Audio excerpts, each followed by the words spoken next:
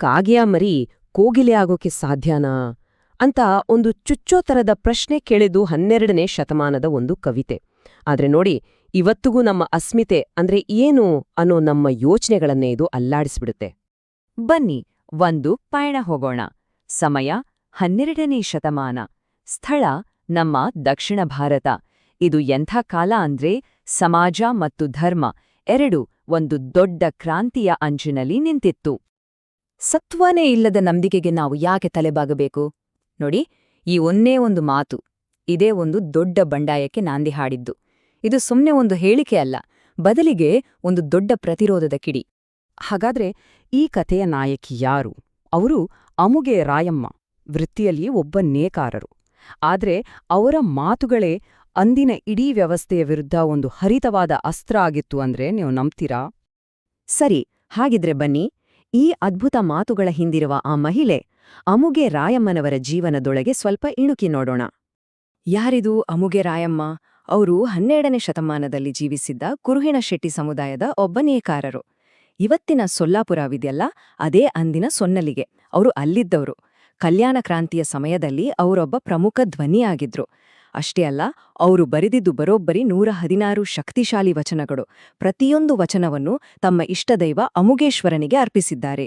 ಯೋಚನೆ ಮಾಡಿ, ಒಬ್ಬ ಸಾಮಾನ್ಯ ದುಡಿಯುವ ವರ್ಗದ ಮಹಿಳೆ ಆ ಕಾಲದ ಸಾಮಾಜಿಕ ಕಟ್ಟುಪಾಡುಗಳನ್ನೆಲ್ಲ ಮೀರಿ ಎಂಥ ಪ್ರಚಂಡ ತಾತ್ವಿಕ ಧ್ವನಿಯಾಗಿದ್ರು. ಅವರ ಬದುಕಿನಲ್ಲಿ ನಡೆದ ಒಂದು ಘಟನೆ ಅವರ ಧೈರ್ಯಕ್ಕೆ ಸಾಕ್ಷಿ. ಏನಾಯ್ತು ಅಂದ್ರೆ, ಅಂದಿನ ಕಾಲದ ಬಹಳ ಪ್ರಸಿದ್ಧ ಸಂತ ಸಿದ್ಧರಾಮರು ಒಮ್ಮೆ ಊರಿನವರಿಂದ ಸಹಾಯ ಕೇಳಿದ್ರು. ಆಗ ರಾಯಮ್ಮ ಮತ್ತು ಅವರ ಪತಿ ನೇರವಾಗಿ ನಿರಾಕರಿಸ್ಬಿಟ್ರು. ಕಾರಣ, ನಾವು ಭವಿಯ ಸೇವೆ ಮಾಡೋದಿಲ್ಲ ಅಂದ್ರು. ಭವಿ ಅಂದ್ರೆ ನಿಜವಾದ ಆಂತರಿಕ ನಂಬಿಕೆ ಇಲ್ಲದವರು. ಎಂಥ ಧೈರ್ಯ ಅಲ್ವಾ ಅವರ ಮುಖಕ್ಕೆ ಹೀಗೆ ಹೇಳೋದು? ಈ ಒಂದು ಘಟನೆ ಆ ಕಾಲದ ಒಂದು ದೊಡ್ಡ ಸಂಘರ್ಷವನ್ನು ಸ್ಪಷ್ಟವಾಗಿ ತೋರಿಸುತ್ತೆ.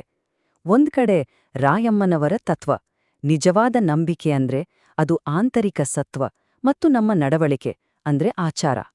ಮತ್ತೊಂದು ಕಡೆ ಆಗ ಚಾಲ್ತಿಯಲ್ಲಿದ್ದ ಒಂದು ರೂಢಿ, ಧಾರ್ಮಿಕ ಅಧಿಕಾರ ಅನ್ನೋದು ಹೊರಗಿನ ಸ್ಥಾನಮಾನ ಮತ್ತು ಆಚರಣೆಗಳಿಂದ ಬರುತ್ತೆ ಅನ್ನೋದು. ಇವೆರಡರ ನಡುವಿನ ಸಂಘರ್ಷವೇ ಇದು. ಸರಿ, ಈಗ ಅವರ ಅತ್ಯಂತ ಪ್ರಸಿದ್ಧ ವಚನದ ಕಡೆ ಗಮನಹರಿಸೋಣ. ತಮ್ಮ ಈ ದೃಢನಂಬಿಕೆಯನ್ನ ಅವರು ಕಾವ್ಯದ ರೂಪದಲ್ಲಿ ಎಷ್ಟು ಅದ್ಭುತವಾಗಿ ಕಟ್ಟಿಕೊಟ್ಟಿದ್ದಾರೆ ಅನ್ನೋದನ್ನ ನೋಡೋಣ ಬನ್ನಿ. ಅವರ ಮೊದಲ ಪ್ರಶ್ನೆನೇ ಬಹಳ ಸರಳ ಮತ್ತು ನೇರ. ಕಾಗೆಯ ಮರಿ ಕೋಗಿಲೆಯಾಗಬಲ್ಲುದೇ ಅಂತ. ಅಂದ್ರೆ ಕಪಟತನದಿಂದ ವರ್ತಿಸೋರು ತಮ್ಮ ಮೂಲ ಸ್ವಭಾವ, ಆ ಕರ್ಕಶ ಗುಣವನ್ನ ಬದಲಾಯಿಸ್ಕೊಂಡು ಕೋಗಿಲೆಯ ಹಾಗೆ ಮಧುರವಾಗೋಕೆ ಸಾಧ್ಯನಾ? ನೋಡಿ, ಪ್ರಕೃತಿಯ ಒಂದು ಸರಳ ಉದಾಹರಣೆ ಇಟ್ಕೊಂಡು ಎಷ್ಟು ನೇರವಾಗಿ ಪ್ರಶ್ನಿಸ್ತಾರೆ. ಮುಂದಿನ ಪ್ರಶ್ನೆ, ಆಡಿನ ಮರಿ ಆನೆಯಾಗಬಲ್ಲುದೆ? ಇದೂ ಕೂಡ ಅಷ್ಟೇ ಅಸಾಧ್ಯವಾದ ಬದಲಾವಣೆಯ ಬಗ್ಗೆ ಮಾತಾಡುತ್ತೆ. ಒಂದು ಕಡೆ ಆಡಿನ ದುರ್ಬಲತೆ, ಇನ್ನೊಂದು ಕಡೆ ಆನೆಯ ಗಾಂಭೀರ್ಯ. ಪೊಳ್ಳು ವೇಷ ಹಾಕೊಂಡೋರು ಯಾವತ್ತೂ ನಿಜವಾದ ಘನತೆ, ನಿಜವಾದ ಶಕ್ತಿ ಪಡ್ಕೊಳಕ್ಕಾಗಲ್ಲ ಅನ್ನೋದನ್ನ ಎಷ್ಟು ಚೆನ್ನಾಗಿ ಹೇಳ್ತಾರೆ. ಕೊನೆಯದಾಗಿ, ಸೀಳನಾಯಿ ಸಿಂಹದ ಮರಿಯಾಗಬಲ್ಲುದೇ ಅನ್ನೋ ಪ್ರಶ್ನೆ ಕೇಳಿ ಇಡೀ ವಾದವನ್ನೇ ಮುಗಿಸ್ಬಿಡ್ತಾರೆ. ಸೀಳನಾಯಿ ಅಂದ್ರೆ ಕೆಳಮಟ್ಟದ, ಹೊಂಚಾಕೋ ಗುಣ. ಸಿಂಹ ಅಂದ್ರೆ ಧೈರ್ಯ, ಶ್ರೇಷ್ಠತೆಯ ಸಂಕೇತ. ಆ ಗುಣ ಇರೋರು ಈ ಗುಣಕ್ಕೆ ಬರೋಕ್ ಸಾಧ್ಯನಾ ಅಂತ ನೇರವಾಗಿ ಕೇಳ್ತಾರೆ. ಹಾಗಾದ್ರೆ ಈ ಪ್ರಾಣಿಗಳ ರೂಪಕಗಳನ್ನ ಸ್ವಲ್ಪ ಆಳವಾಗಿ ನೋಡೋಣ. ಇವು ಮಾನವನ ಗುಣಗಳಿಗೆ ಹೇಗೆ ಕನೆಕ್ಟ್ ಆಗತ್ತೆ ಅನ್ನೋದು ನಿಜವಾಗ್ಲೂ ಇಂಟ್ರೆಸ್ಟಿಂಗ್. ಈ ಕವಿತೆ ನಮ್ಮಲ್ಲಿರೋ ಮೂಲಭೂತ ಅಂದ್ರೆ ಸಂಸ್ಕರಿಸಿದ ಪ್ರವೃತ್ತಿಗಳಿಗೂ ಮತ್ತು ಒಂದು ಉನ್ನತವಾದ, ವಿಕಸಿತ ಆಧ್ಯಾತ್ಮಿಕ ಸ್ಥಿತಿಗೂ ಇರೋ ವ್ಯತ್ಯಾಸವನ್ನ ಸ್ಪಷ್ಟವಾಗಿ ತೋರಿಸುತ್ತೆ. ಇಲ್ನೋಡಿ, ಕಾಗೆ ಅನ್ನೋದು ತಮೋಗುಣ ಅಂದ್ರೆ ಅಜ್ಞಾನದ ಸಂಕೇತ, ಆದ್ರೆ ಕೋಗಿಲೆ ಸತ್ವಗುಣ ಅಂದ್ರೆ ಜ್ಞಾನದ ಸಂಕೇತ. ಹಾಗೆಯೇ ಆಡು ದೌರ್ಬಲ್ಯವಾದರೆ ಆನೆ ಘನತೆ ಮತ್ತು ಶಕ್ತಿ. ಸೀಳನಾಯಿ ರಜೋಗುಣ ಅಂದ್ರೆ ಆಕ್ರಮಣಶೀಲತೆಯ ಸಂಕೇತವಾದ್ರೆ ಸಿಂಹ ಧೈರ್ಯದ ಸಂಕೇತ. ಇದರ್ಥ ಏನೋ? ರಾಯಮ್ಮನವರ ಪ್ರಕಾರ ನಿಜವಾದ ಆಧ್ಯಾತ್ಮಿಕತೆ ಅನ್ನೋದು ಹೊರಗೆ ಕಾಣಿಸೋ ಲಕ್ಷಣಗಳಲ್ಲ, ಅದು ನಮ್ಮ ಆಂತರಿಕ ಗುಣಗಳಲ್ಲಿರುತ್ತೆ. ಇಲ್ಲಿ ಬಳಸಿದ ರೂಪಕಗಳು ಸುಮ್ನೆ ಕಾವ್ಯಕ್ಕಾಡಿಯಲ್ಲ, ಅವು ಆ ಕಾಲದ ಧಾರ್ಮಿಕ ಕಪಟಿಗಳ ಮೇಲೆ ಮಾಡಿದ ನೇರ, ಹರಿತವಾದ ದಾಳಿ. ಅವರ ಮೊದಲ ಟಾರ್ಗೆಟ್ ನಾಮ. ನಾಮ ಅಂದ್ರೆ ಏನು?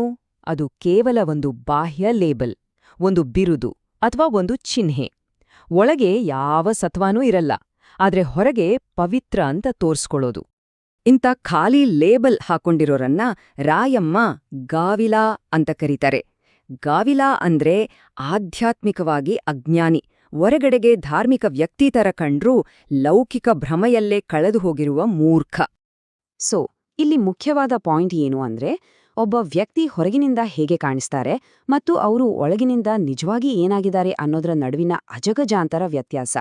ಹೊರಗಡೆ ಧಾರ್ಮಿಕ ಚಿಹ್ನೆಗಳು, ಒಳಗಡೆ ಮಾತ್ರ ಪೂರ್ತಿ ಆಧ್ಯಾತ್ಮಿಕ ಶೂನ್ಯತೆ.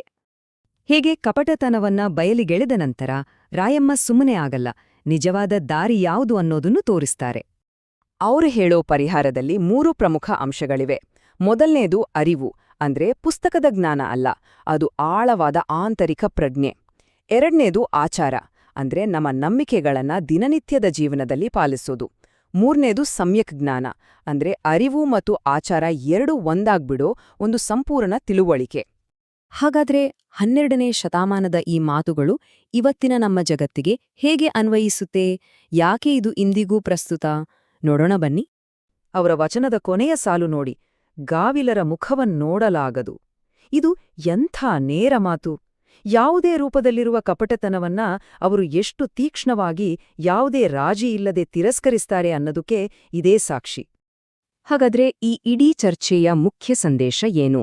ಒಬ್ಬ ವ್ಯಕ್ತಿಯ ನಿಜವಾದ ಮೌಲ್ಯವನ್ನ ಅಳೆಯೋದು ಅವರ ಬಿರುದುಬಾವಿಲಿಗಳಿಂದಲ್ಲ, ಬದಲಿಗೆ ಅವರ ಅರಿವು ಮತ್ತು ಅವರ ನಡತೆ ಅಂದ್ರೆ ಕ್ರಿಯೆ, ಇವೆರಡೂ ಹೇಗೆ ಒಂದಾಗಿದೆ ಅನ್ನೋದ್ರಿಂದ. ಕೊನೆಯದಾಗಿ ಇದು 12ನೇ ಶತಮಾನದಿಂದ ನಮ್ಮವರೆಗೂ ಪ್ರಯಾಣಿಸಿ ಬಂದಿರೋ ಒಂದು ಪ್ರಶ್ನೆಯನ್ನ ನಮ್ಮ ಮುಂದೆ ಇಡುತ್ತೆ. ಎಲ್ಲೆಲ್ಲೂ ಪೊಳ್ಳು ಬಿರುದುಗಳೇ ತುಂಬಿರೋ ಇವತ್ತಿನ ಜಗತ್ತಿನಲ್ಲಿ ನಮ್ಮ ನಡವಳಿಕೆ, ನಮ್ಮ ಆಚಾರ, ನಮ್ಮ ವ್ಯಕ್ತಿತ್ವದ ಬಗ್ಗೆ ನಿಜವಾಗಿಯೂ ಏನ್ ಹೇಳುತ್ತೆ? ಯೋಚಿಸ್ಬೇಕಾದ ವಿಷಯ ಅಲ್ವಾ?